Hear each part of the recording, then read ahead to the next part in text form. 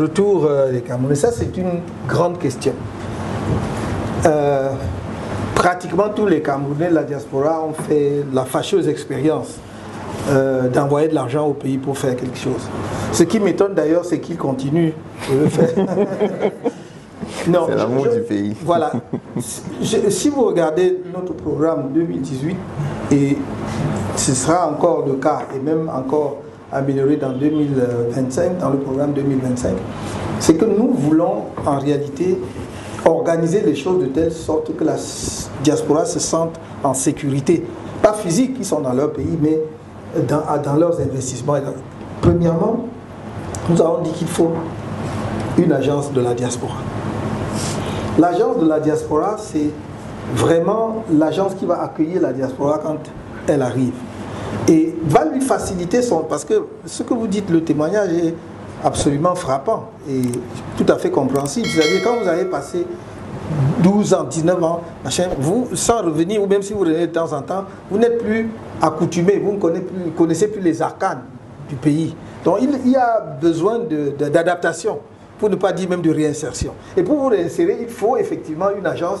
Quand vous arrivez, il faut que vous soyez en... qu'on puisse vous dire, vous voulez un logement, une maison, acheter une maison, un appartement ou un terrain.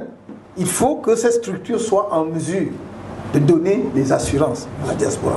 Et ça, c'est pour moi, dans ma tête, c'est vraiment quelque chose qui va être important. C'est-à-dire, si c'est sur le plan foncier, ça veut dire qu'ils travaillent avec les municipalités, avec les gens qui font des lotissements, pour que lorsque vous venez, ce soit plus vous-même qui soyez livré aux vendeurs. Voilà. Ça, c'est la première chose. Parce que je sais que beaucoup de Camerounais de la diaspora ont perdu de l'argent parce qu'ils voulaient construire soit leur maison, soit des immeubles et tout cela. Bon, la deuxième chose, la diaspora peut aller jusqu'à vous conseiller des entreprises si vous voulez construire. Mais déjà, pour moi, le rôle de la diaspora, qui est quand même, quand on parle d'une agence, c'est une institution publique, c'est une agence de l'État. Donc, elle va vous garantir, donner des assurances. Vous avez ce terrain, vous êtes sûr que c'est votre terrain, que personne ne va venir vous emmerder. Et d'ailleurs, en travaillant avec la diaspora, il peut y avoir des lotissements, vous comprenez? Moi, je suis frappé par une chose. Nous faisons souvent comme si on réinventait la roue. J'ai vu l'Éthiopie repartir et être une des nations phares en Afrique. Alors qu'il y a quelques années, bon, c'était le pays où on montrait les enfants en train de mourir de faim, de kwashiorkor et tout. Et c'est la diaspora éthiopienne. Je ne dis pas elle seule, mais elle a joué un rôle clé. Et pourquoi? Parce que justement, elle a trouvé un pays où il y avait de l'ordre.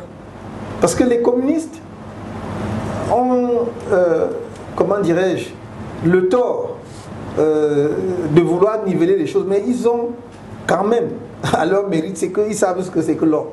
Dans un pays communiste, on ne rigole pas avec, surtout quand c'est les trucs de l'État et tout. Donc, le régime de Mengistu avait laissé un pays où les gens sont respectueux de l'ordre. Ce qui fait que les dérives et les machins fonciers, c'était beaucoup plus limité. Et ensuite, ils ont fait, par exemple, des lotissements. Dans Addis Abeba, moi, je connais des zones entières d'Addis Abeba qui étaient des taudis, mais des bidonvilles, comme vous ne pouvez pas imaginer, où on a réglé le problème. Pour ceux qui pouvaient rester, ils restent. Pour les autres, ils sont partis, on les a logés ailleurs. Mais il y avait là le foncier disponible et les gens de la diaspora qui avaient beaucoup d'argent. Je signale au passage, par exemple, que l'Éthiopie avait une très très forte diaspora américaine, notamment autour de Washington, où un chauffeur taxi sur 5 était éthiopien et tout. Donc, ils ont mis de l'argent. Mais c'était garanti et sécurisé. Donc, pour nous, l'agence pour la diaspora, c'est ça. C'est vous garantir cela. La deuxième chose, c'est que lorsque vous venez avec un projet d'entreprise, toujours au sein de l'agence, parce que nous voulons qu'il y ait en quelque sorte un guichet unique, si vous voulez, dans l'entreprise. S'il y a des formalités d'entreprise que vous n'alliez pas, déjà même le gouvernement, il y a un guichet unique hein, avec l'API. Oui, exactement, c'est un guichet unique. Donc, il faut avoir l'équivalent au sein de l'agence pour la diaspora. C'est-à-dire, vous venez avec un projet industriel, vous n'allez pas multiplier les administrations. C'est-à-dire, on va vous dire, sur le plan fiscal, voici les formalités que vous devez remplir, sur le plan telle chose. Si vous avez, par exemple, si vous tombez dans le régime des exonérations, parce qu'il peut y avoir, votre entreprise peut entrer dans le secteur où l'État fait des exonérations sur 5 ans ou 10 ans, voici ce qu'il faut remplir. Nous voudrions vraiment, c'est l'idéal, hein, que demain, un jeune Camerounais qui veut créer son entreprise, au bout d'1 mois, soit en train de démarrer tout. En train de démarrer la construction, la réalisation de son entreprise. Parce qu'effectivement, on aura organisé les choses de façon à ce que là, il puisse avoir toute l'information. Et l'informatisation dont nous parlions va également nous aider. C'est-à-dire le fait qu'on mette tout cela, que tout cela soit informatisé en ligne. Pas que vous allez tomber sur des agents, vous allez remplir 10 pages de paperasse et tout. Il faut faire ça en ligne et tout, on va traiter, on vous donne les réponses immédiatement. J'ajoute que si nous étions suffisamment attentifs à la diaspora, construire une ville nouvelle au Cameroun ne serait rien du tout. Ça serait rien. Le problème, c'est que parfois nous sommes tellement jaloux entre nous-mêmes que nous ne voulons pas faire quelque chose parce que c'est X ou Y qui va en profiter. Et nous voulons développer le pays ou pas. Si vous faites une ville nouvelle, les gens disent qu'ils ont de l'argent.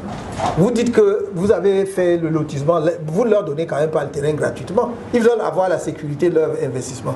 Mais faites-le. Et ils vont vous construire la part qui revient au privé et vous allez faire les bâtiments, les édifices publics pour que tout cela soit en harmonie et marche. Donc il y a des montagnes d'argent qui dorment là dans la diaspora. Et la diaspora camerounaise n'est pas moins riche que d'autres diasporas que j'ai vues, que la sénégalaise ou la malienne et tout.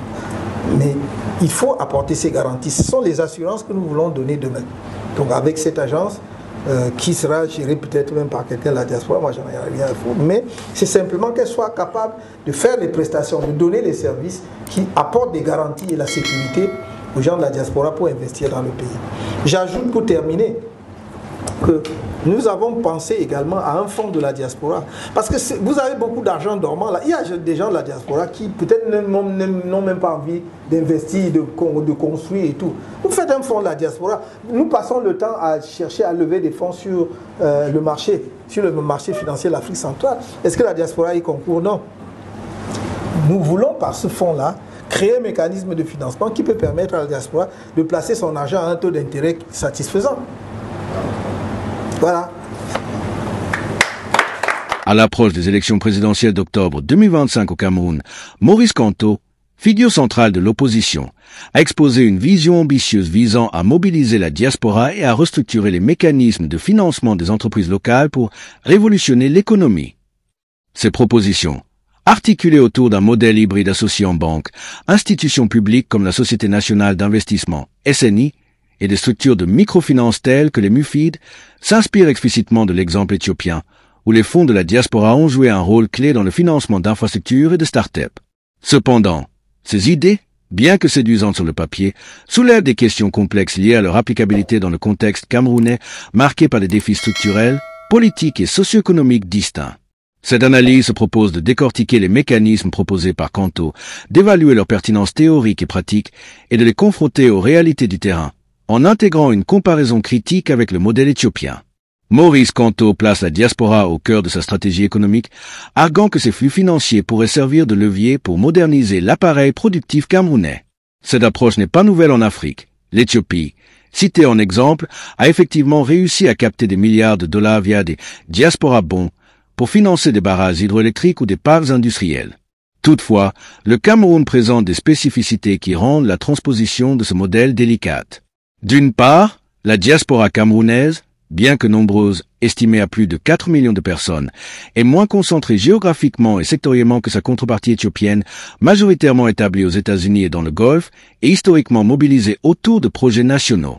D'autre part, la méfiance persistante envers les institutions étatiques, nourrie par des décennies de gouvernance accusée de clientélisme et de corruption, pourrait limiter l'adhésion des expatriés à des mécanismes perçus comme étant sous contrôle gouvernemental, même indirect. Kamto propose une architecture de financement multidimensionnelle, des lignes de crédit bancaire dédiées aux startups technologiques gérées par des comités de sélection associés en chefs d'entreprise et représentants de l'État, un rôle accru de la SNI pour les projets de grande envergure nécessitant des milliards de francs CFA, et un recours au MUFID, exemple MC2, et aux microfinances pour les besoins plus modestes, autour de 20 millions de francs CFA. En théorie, cette diversification des sources de financement répond à un problème réel. L'accès au crédit pour les PME camerounaises reste limité, avec des taux d'intérêt prohibitifs, souvent supérieurs à 10%, une bureaucratie paralysante et une aversion au risque élevée chez les banques traditionnelles. Les MUFID, conçus comme des coopératives, pourraient effectivement combler ce vide en offrant des prêts plus accessibles, à condition que leur gestion soit transparente et dépolitisée. Cependant, la proposition de Kanto repose sur une hypothèse optimiste, que le secteur privé local et la diaspora accepteront de s'engager massivement dans ces mécanismes. Or, l'histoire récente du Cameroun montre que les initiatives publiques ou parapubliques en matière de financement des entreprises, comme la Banque des PME, ont souvent échoué en raison de détournements, de lourdeurs administratives ou d'un manque de professionnalisme. La SNI, par exemple, créée en 1964 pour stimuler l'investissement industriel, a été critiquée pour son opacité et son inefficacité, avec des participations dans des projets non viables ou politisés. Kanto suggère que la présence de l'État dans les comités de sélection serait limitée à 1 ou 2 représentants. Mais dans un système où le pouvoir exécutif domine traditionnellement les institutions, cette promesse de neutralité pourrait être accueillie avec scepticisme.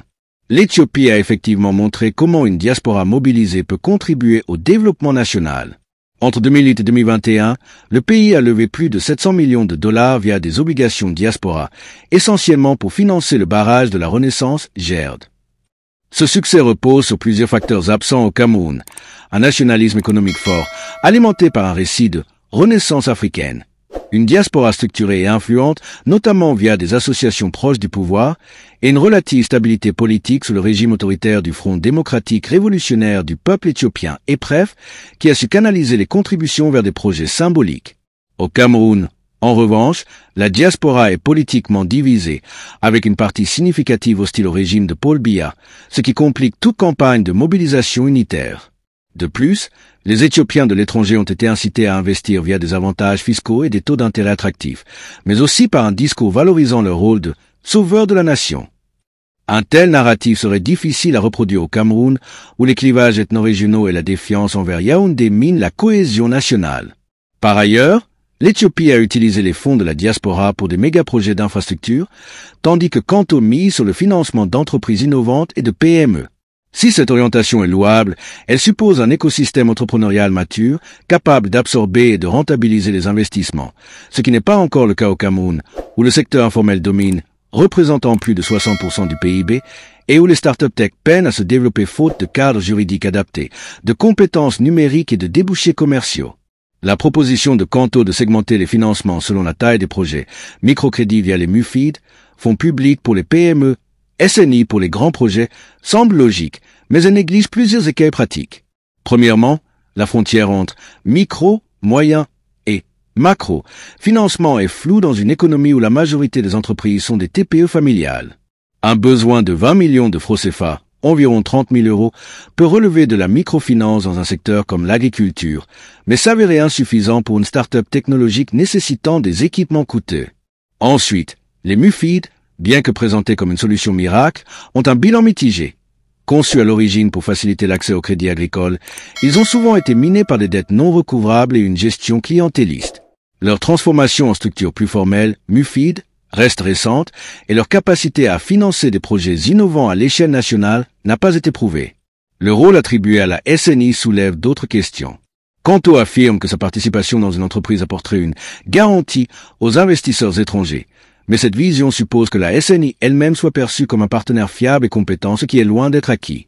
Historiquement, les sociétés d'État camerounaises ont été des outils de patronage plutôt que de développement économique, et une réforme en profondeur de la SNI serait nécessaire pour lui donner la crédibilité requise. Par ailleurs, impliquer la SNI dans des projets de plusieurs milliards exigerait une recapitalisation massive. Alors que l'État camerounais est déjà surendetté, la dette publique avoisine 45% du PIB en 2023.